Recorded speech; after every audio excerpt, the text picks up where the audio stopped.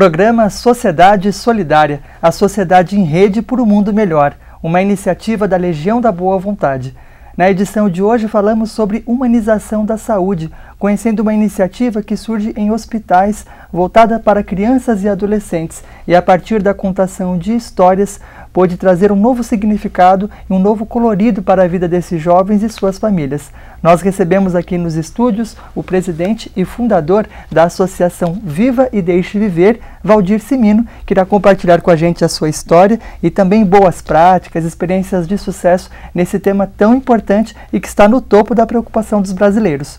Hoje é uma data muito especial aqui na nossa programação, pois no dia 29 de junho celebramos os 56 anos de trabalho do fundador da Boa Vontade TV, o jornalista Paiva Neto, diretor-presidente da Legião da Boa Vontade. São 56 anos de dedicação solidária à causa da boa vontade pela construção de um Brasil melhor e de uma humanidade mais feliz. Trazemos aqui a homenagem do programa Sociedade Solidária, de todas as organizações que diariamente compartilham aqui as suas experiências de sucesso, ao criador dessa programação e desse espaço democrático. E já que falamos na edição de hoje a respeito da humanização da saúde, nós buscamos inspiração para abrir o nosso diálogo em uma mensagem do criador desse espaço, o jornalista Paiva Neto, diretor-presidente da Legião da Boa Vontade, que em seu livro Reflexões da Alma, eu tenho em mãos aqui a versão Pocket, nos traz aqui palavras que esclarecem e confortam a respeito desse assunto.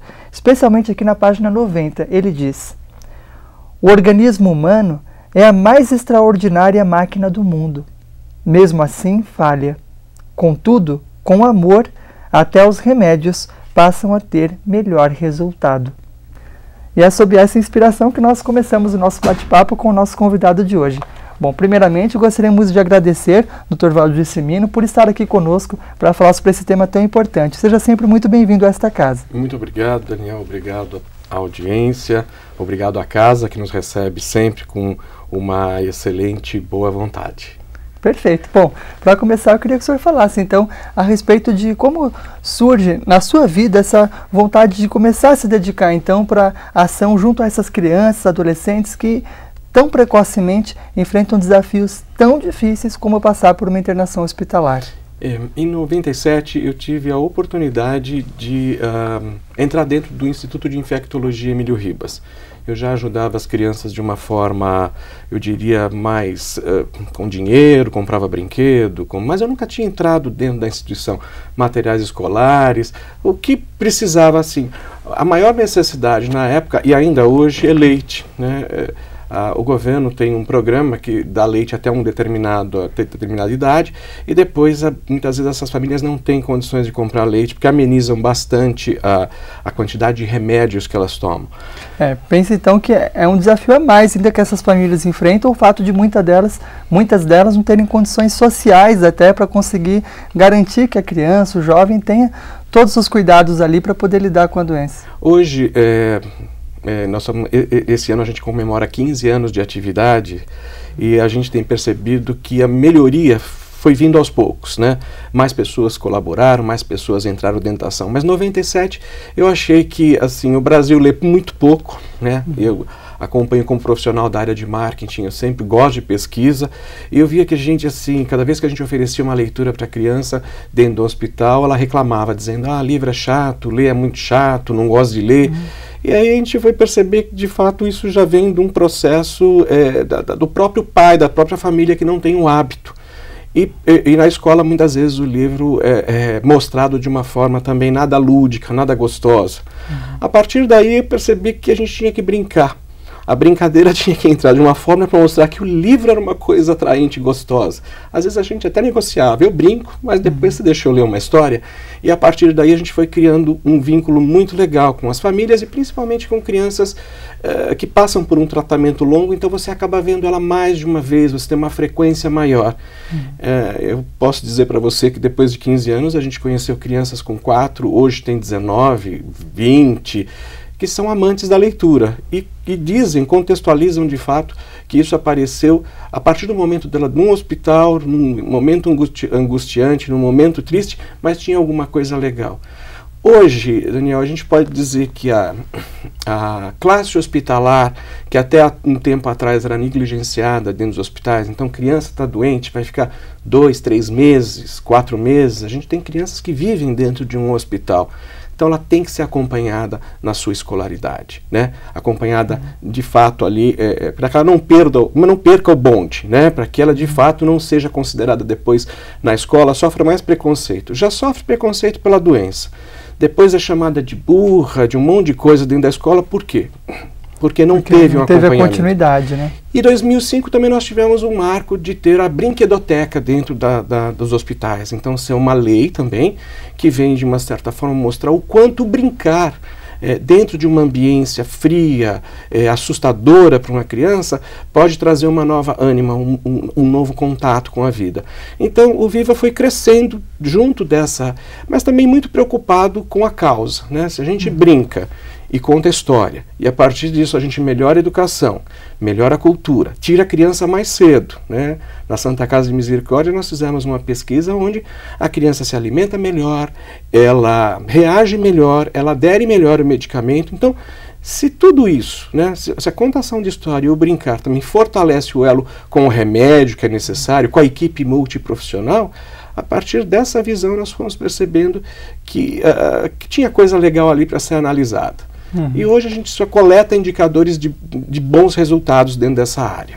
Realmente, o estresse ele pode ter um efeito muito negativo ali para a criança conseguir ter o sucesso esperado no tratamento. Então essas ações são fundamentais para poder garantir até a qualidade de vida dentro do possível enquanto ela passa pelo tratamento.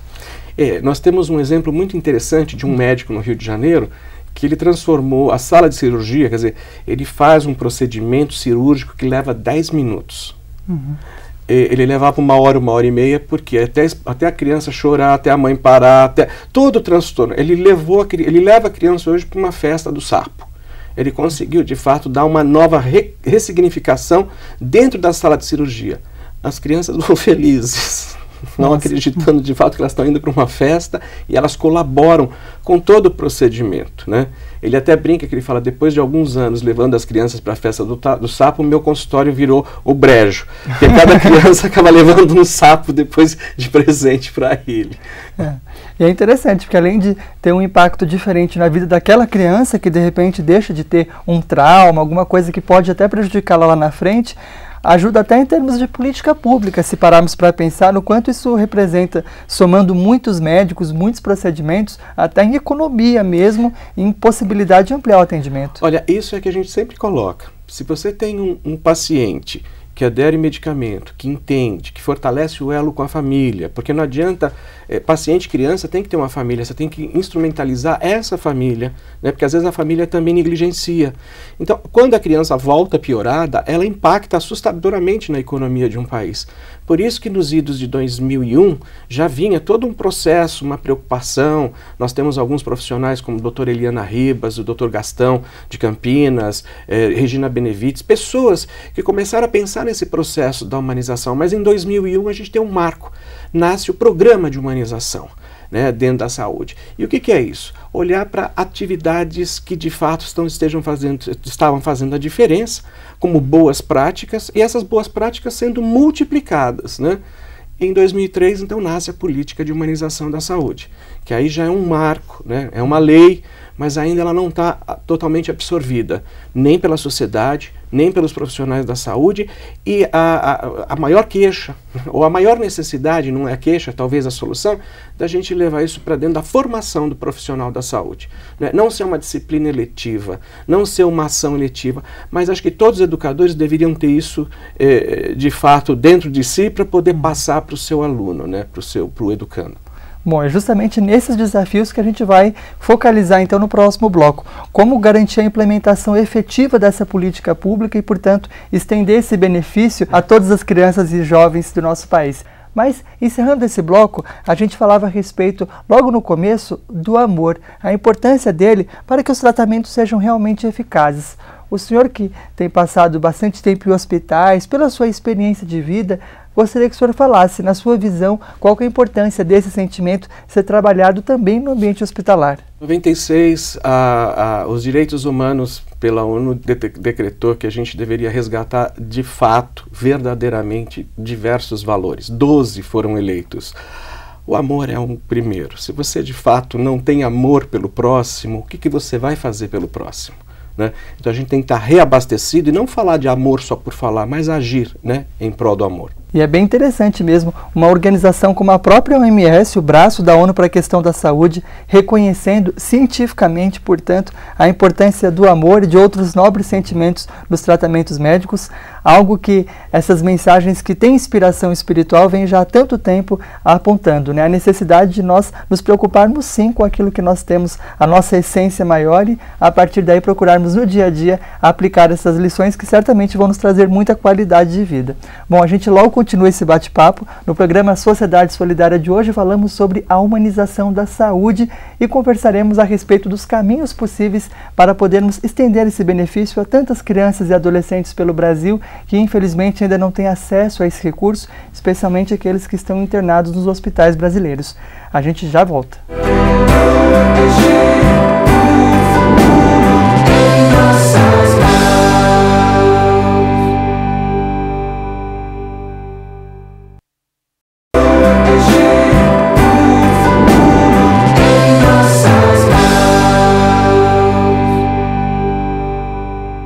Programa Sociedade Solidária de volta, na edição de hoje falando sobre a humanização da saúde. Conhecemos a experiência da Associação Viva e Deixa Viver, representada aqui nos estúdios pelo seu presidente e fundador, Valdir Cimino, que conta pra gente como é esse trabalho de contação de histórias que tem melhorado a qualidade de vida de muitas crianças e jovens que passam pela difícil experiência de uma internação hospitalar.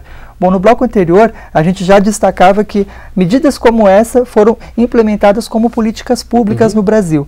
Agora, num país do tamanho do nosso, que tem tido, é claro, avanços muito importantes nessa área também, conseguir fazer com que uma ação dessas possa ser universalizada é bastante difícil. Na avaliação do senhor, quais são aí os caminhos, os desafios, as virtudes também desse trabalho? A gente tem que lembrar que todo esse movimento ainda é muito novo, né? Pois Quer dizer, falar de humanização, falar humano cuidando de humano, supostamente a gente já deveria achar que tudo deveria ser verdadeiro, lindo, transparente, mas não é essa a realidade. A fila nos mostra na saúde e a mídia o tempo todo nos mostram a realidade da nossa saúde, né?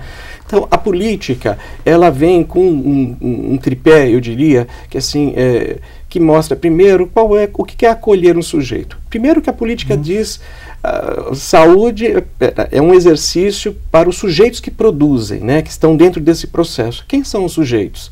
É o médico, a enfermeira, a nutricionista, o empresário, eu, você, quer dizer, todo mundo, né? Vale destacar, a gente está falando bastante de humanização, é porque muitas vezes o que acontece é que a própria rotina hospitalar acaba se tornando muito fria. Exatamente. E isso não colabora para que os tratamentos médicos, por exemplo, possam seguir adiante. E para criança e adolescente, então, é pior. Adolescente na saúde, Daniel, é esquecido.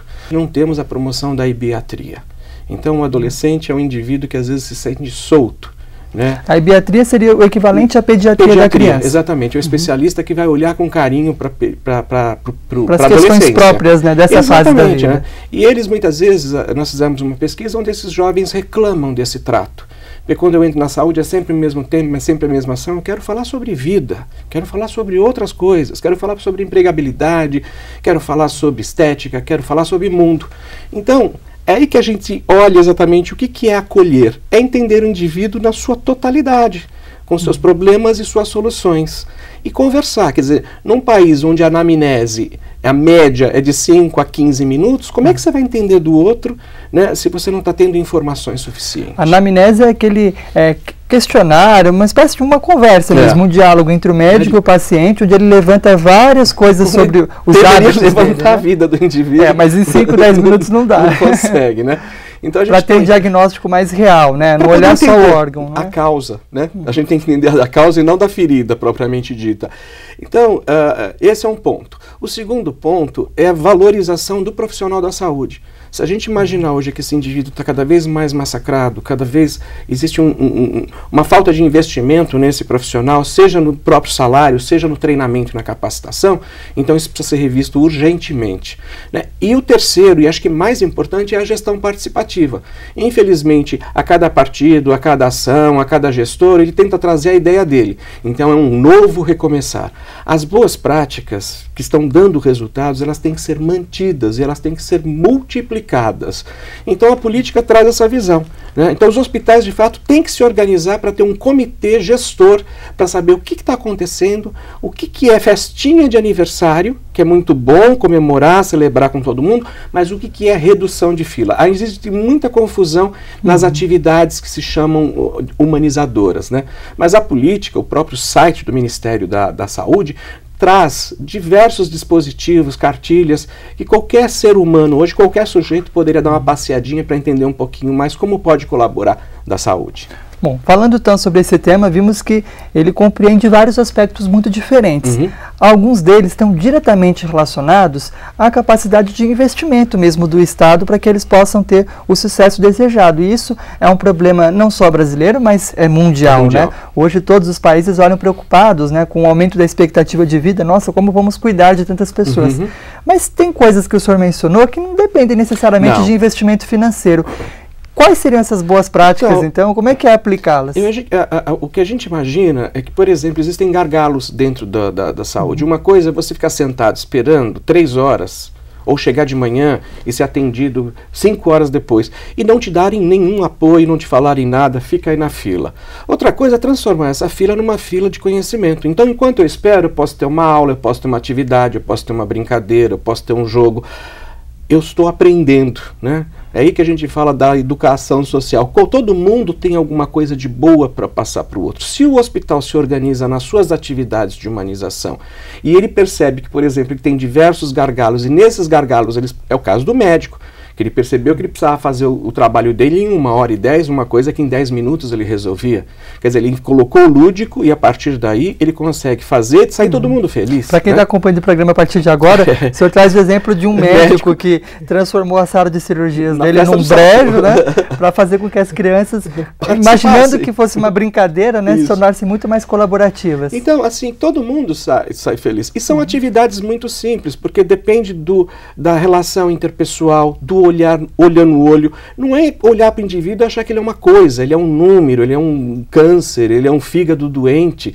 A gente precisa quebrar um pouco esse paradigma e trazer para uma realidade mais humana, olho no olho, né? Aquilo que a gente falou, amor. O amor nessa relação... trazendo inclusive uma mensagem do criador do programa, o jornalista Paiva Neto. Sem isso a gente mecaniza tudo, né? A tecnologia também ajudou a distanciar o paciente do médico, do profissional da saúde. Eu falo médico, mas entenda com todos os profissionais dentro dessa área.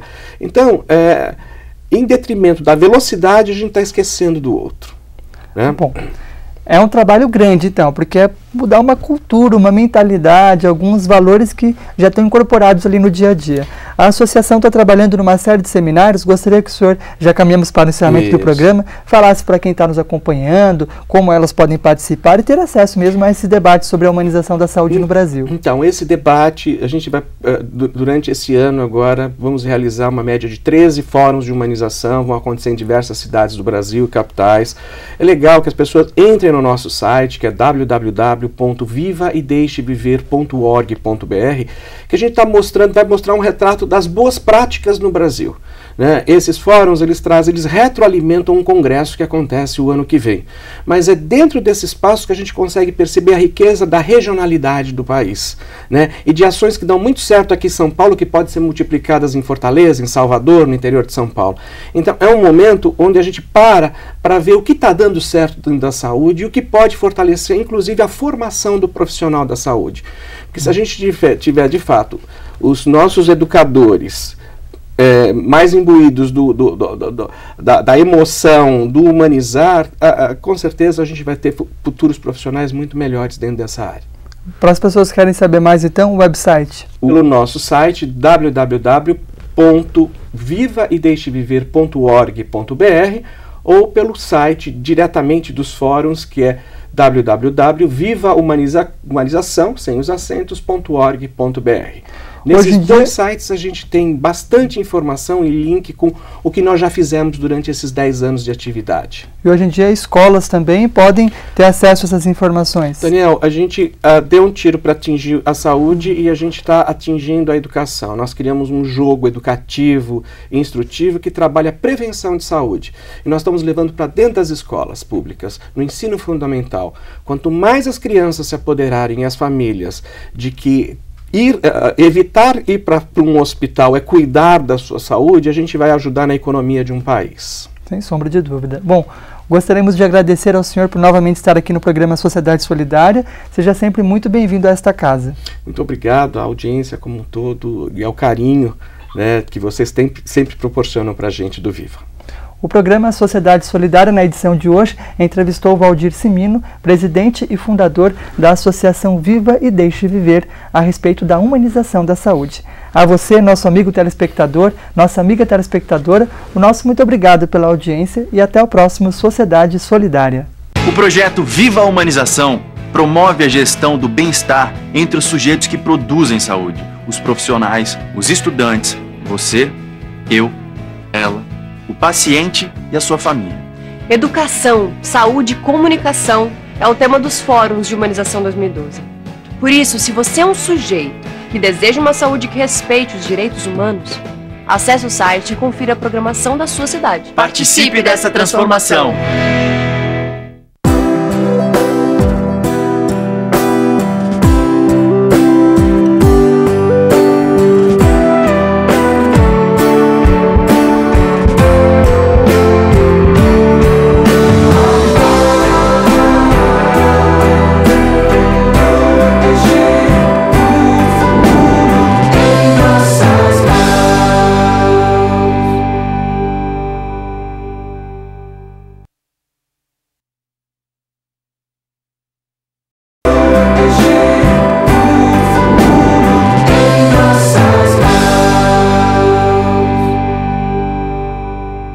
Programa Sociedade Solidária de volta, na edição de hoje falando sobre a humanização da saúde. Conhecemos a experiência da Associação Viva e Deixe Viver, representada aqui nos estúdios pelo seu presidente e fundador, Valdir Cimino, que conta pra gente como é esse trabalho de contação de histórias que tem melhorado a qualidade de vida de muitas crianças e jovens que passam pela difícil experiência de uma internação hospitalar.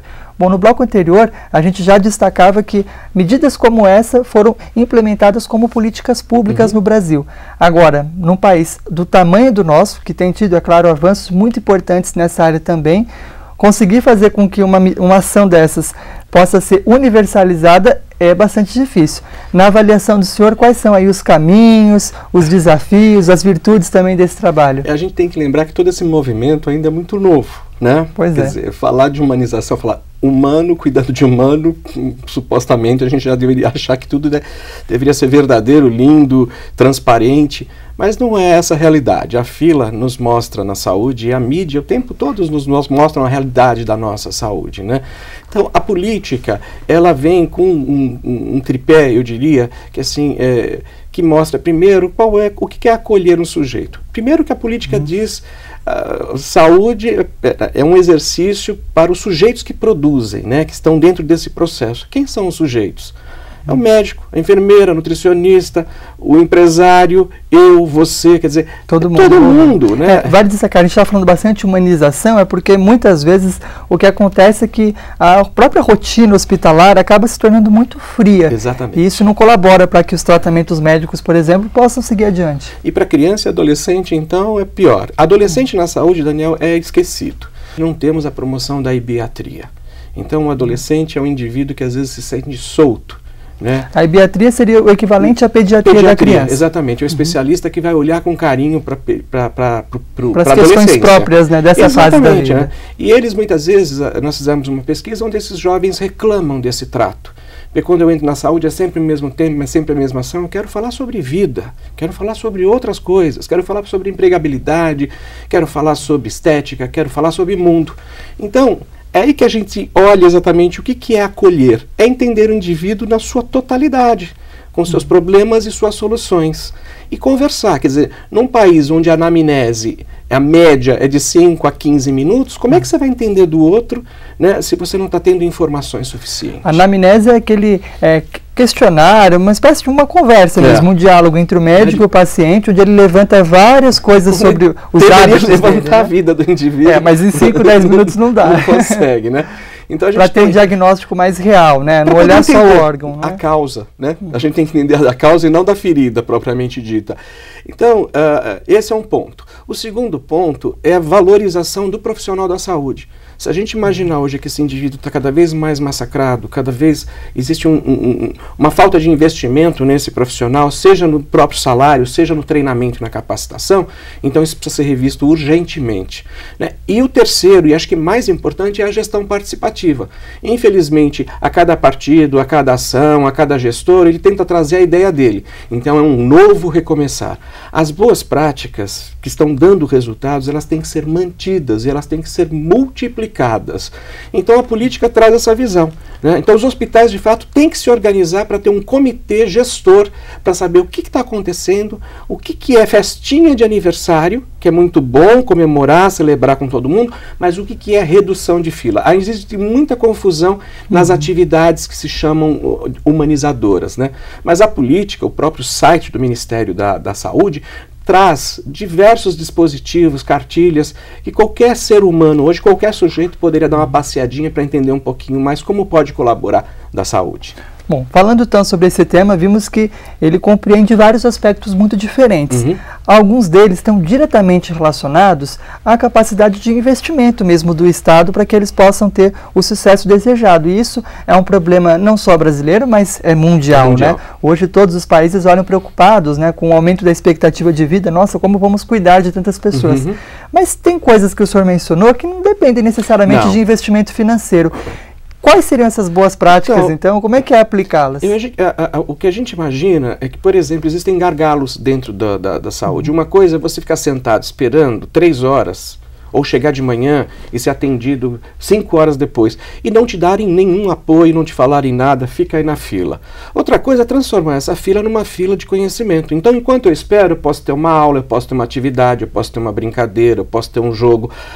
Eu estou aprendendo, né? É aí que a gente fala da educação social. Todo mundo tem alguma coisa de boa para passar para o outro. Se o hospital se organiza nas suas atividades de humanização e ele percebe que, por exemplo, ele tem diversos gargalos, e nesses gargalos, é o caso do médico, que ele percebeu que ele precisava fazer o trabalho dele em 1h10, uma coisa que em 10 minutos ele resolvia. Quer dizer, ele colocou o lúdico e a partir daí ele consegue fazer e sair todo mundo feliz. Para quem está acompanhando o programa a partir de agora, o senhor traz o exemplo de um médico que transformou a sala de cirurgias dele num brejo, né, para fazer com que as crianças, imaginando que fosse uma brincadeira, né, se tornassem muito mais colaborativas. Então, assim, todo mundo sai feliz. E são atividades muito simples, porque depende da relação interpessoal, do olhar no olho. Não é olhar para o indivíduo e achar que ele é uma coisa, ele é um número, ele é um câncer, ele é um fígado doente. A gente precisa quebrar um pouco esse paradigma e trazer para uma realidade mais humana, olho no olho, né? Aquilo que a gente falou, amor. O amor nessa relação... trazendo inclusive uma mensagem do criador do programa, o jornalista Paiva Neto. Sem isso a gente mecaniza tudo, né? A tecnologia também ajudou a distanciar o paciente do médico, do profissional da saúde. Eu falo médico, mas entenda com todos os profissionais dentro dessa área.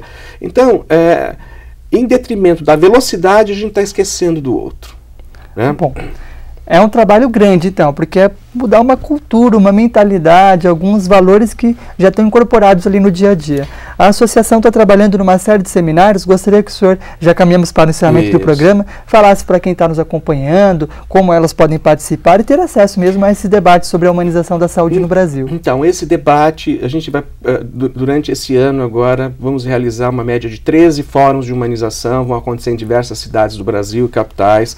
É legal que as pessoas entrem no nosso site, que é www.vivaideixeviver.org.br, que a gente vai mostrar um retrato das boas práticas no Brasil, né? Esses fóruns, eles retroalimentam um congresso que acontece o ano que vem. Mas é dentro desse espaço que a gente consegue perceber a riqueza da regionalidade do país, né? E de ações que dão muito certo aqui em São Paulo, que podem ser multiplicadas em Fortaleza, em Salvador, no interior de São Paulo. Então, é um momento onde a gente para ver o que está dando certo dentro da saúde e o que pode fortalecer, inclusive, a formação do profissional da saúde. Porque se a gente tiver, de fato, os nossos educadores mais imbuídos da emoção, do humanizar, com certeza a gente vai ter futuros profissionais muito melhores dentro dessa área. Para as pessoas que querem saber mais, então, o website? Pelo nosso site, www.vivaideixeviver.org.br, ou pelo site diretamente dos fóruns, que é www.vivaumanização, sem os acentos.org.br. Nesses dois sites a gente tem bastante informação e link com o que nós já fizemos durante esses 10 anos de atividade. E hoje em dia escolas também podem ter acesso a essas informações. Daniel, a gente deu um tiro para atingir a saúde e a gente está atingindo a educação. Nós criamos um jogo educativo e instrutivo que trabalha a prevenção de saúde. E nós estamos levando para dentro das escolas públicas, no ensino fundamental. Quanto mais as crianças se apoderarem, as famílias, de que evitar ir para um hospital é cuidar da sua saúde, a gente vai ajudar na economia de um país. Sem sombra de dúvida. Bom, gostaríamos de agradecer ao senhor por novamente estar aqui no programa Sociedade Solidária. Seja sempre muito bem-vindo a esta casa. Muito obrigado à audiência como um todo e ao carinho, né, que vocês sempre proporcionam para a gente do Viva. O programa Sociedade Solidária, na edição de hoje, entrevistou Valdir Cimino, presidente e fundador da Associação Viva e Deixe Viver, a respeito da humanização da saúde. A você, nosso amigo telespectador, nossa amiga telespectadora, o nosso muito obrigado pela audiência e até o próximo Sociedade Solidária. O projeto Viva a Humanização promove a gestão do bem-estar entre os sujeitos que produzem saúde, os profissionais, os estudantes, você, eu, ela, o paciente e a sua família. Educação, saúde e comunicação é o tema dos fóruns de humanização 2012. Por isso, se você é um sujeito que deseja uma saúde que respeite os direitos humanos, acesse o site e confira a programação da sua cidade. Participe dessa transformação!